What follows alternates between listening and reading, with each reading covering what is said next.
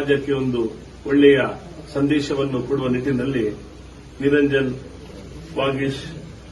ತುಂಬೆತಡ್ಕ ಹಾಗೂ ರಾಜ್ ಬಿಕುಲಾಲ್ ಹಾಗೂ ಸಂತೋಷ್ ಪುಚ್ಚೇರು ಹಾಗೂ ಎಲ್ಲ ಯುವಕರ ತಂಡ ಒಂದು ಇತ್ತೀಚಿನ ಆಧುನಿಕತೆಯ ಈ ಯುಗದಲ್ಲಿ, ತಂತ್ರಜ್ಞಾನದ ಈ ಯುಗದಲ್ಲಿ